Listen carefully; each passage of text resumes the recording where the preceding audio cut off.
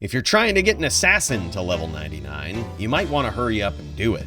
D2 devs have been known to patch overpowered builds, and after they see this, they might do just that. We've perfected the Disco Sin in D2R, and the results might surprise you. Many players have asked how good this build is versus other players, and well, some people had to find out the hard way.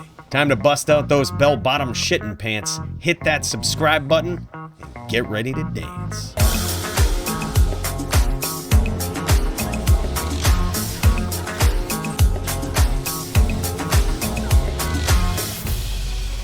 The Disco Sin has been at the top of the food chain for 2 seasons now, but everyone seems to run it differently. This is a classic case of where an item is greater than the build. Mosaic, the relatively new rune word in D2R, has really flipped the game upside down. Because of this interesting mechanic, the Assassin is now the best class for leveling to 99 the fastest. But with this goal in mind, what's the best way to run this build? Let's start by setting the record straight regarding the best charges to use. We start by building up Blades of Ice. Starting with this is useful because it can freeze enemies if you release those charges while building up your other ones. The order you build these up in doesn't really matter, just make sure you're using Blades of Ice, Claws of Thunder, and Fists of Fire. And most importantly, Phoenix Strike. Many different builds revolve solely around the charge you purposely bring this to. 2 charges is ideal for this build, synergizing with Claws of Thunder and also some of the gear we use that we'll get to in a moment. Oh yeah, Cobra Strike. Stop using it.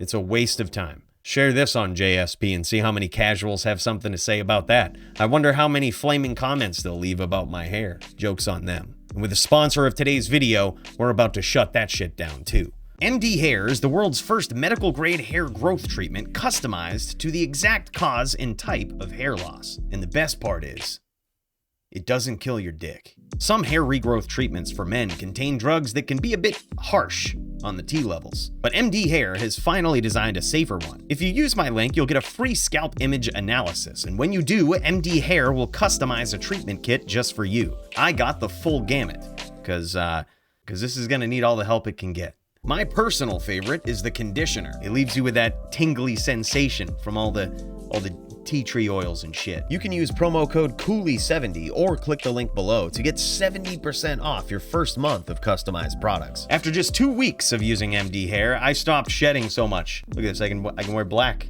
I can wear black now. And in as early as 3 months, you too can have thicker and healthier hair. Check it out below and start your customized hair regrowth treatment plan today.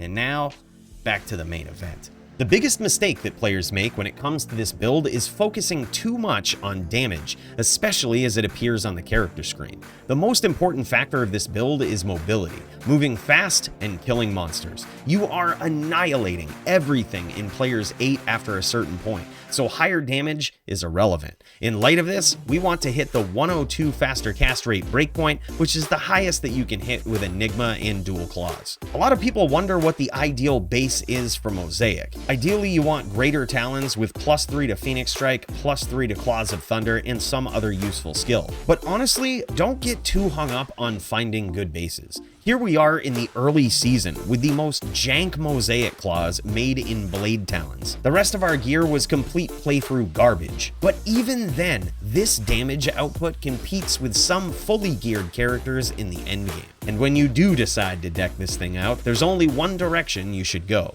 102 cast. For this, we need Griffins for the 25 cast, but the lightning attributes also synergize well with our Claws of Thunder Phoenix Strike setup. Then we need at least 17 cast on our amulet. This gear looks similar to a PvP dual claw assassin, but what might surprise you is the inventory, or lack thereof. Many guides out there tell you to use Sunder Charms, but these are also pointless. This build does 3 different types of devastating elemental damage, so using Sunder Charms might hurt you more than it helps. And while Skill Charms can boost your damage, you don't really need them. In fact, I like to keep my inventory as clean as possible for picking up any potential drops along the way. The Mercenary also really doesn't matter that much. While Infinity is certainly the best for damage output and can make a significant difference in your kill speed, I actually enjoyed using Insight and Cure on a Prayer Merc for most of the life of this character. But if you're racing to the top, Infinity is the best way to go. While there's no place for this build in traditional PvP, it's actually a phenomenal player killer when you're in terror zones. For example, splitting up terrorized tall tombs is one of the most efficient ways to level, but some people don't know that and get pissed when you do it in a game they created. There's not really much they can do. This has been my favorite build to kill raging players on while leveling. Against hostile players, Dragonflight is insane and can easily catch the most skilled and evasive PvP players when they're trying to PK you. This thing truly is an unstoppable monster for leveling, but if you took it to the Blood Moor where everyone clears monsters in a duel game, you'd be lucky to even get outside before your charges run out. And by the time you're ready to do that, you're probably making a trapper anyway.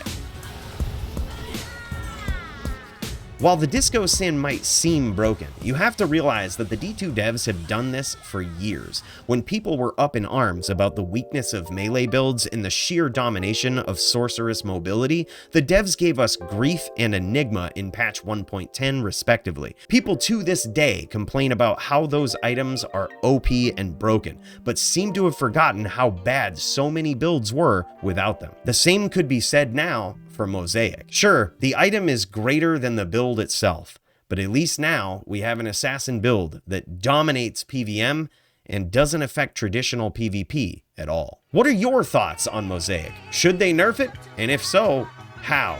Be sure to let me know down in the comments.